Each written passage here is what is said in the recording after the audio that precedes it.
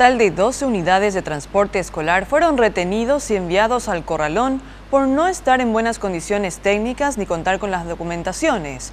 La Policía Municipal de Tránsito intensifica los controles de los buses escolares.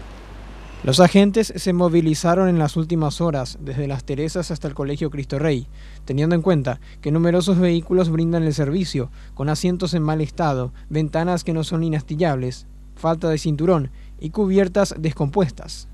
Solo 35 rodados están en condiciones. Estos transportes escolares deben estar en condiciones adecuadas conforme a la ley, a la ordenanza 479/10 con todo lo que respecta al seguro.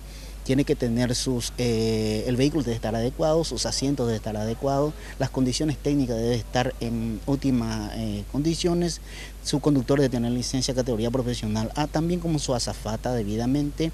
No debe transportar más de lo que corresponde a la capacidad del vehículo. Al mismo tiempo, la Policía Municipal de Tránsito viene realizando educación vial con conductores y estudiantes. La intención es que todas las asociaciones de transporte escolar se pongan al día.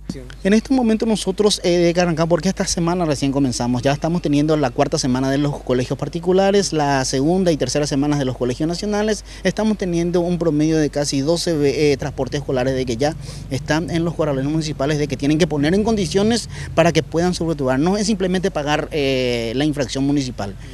Las unidades que no se encuentran en regla y tienen su carrocería en mal estado son los que van a corralones. Pagan la multa, que oscila entre los 200.000 y 700.000 guaraníes, y de nuevo están prestando el servicio en nuestra ciudad.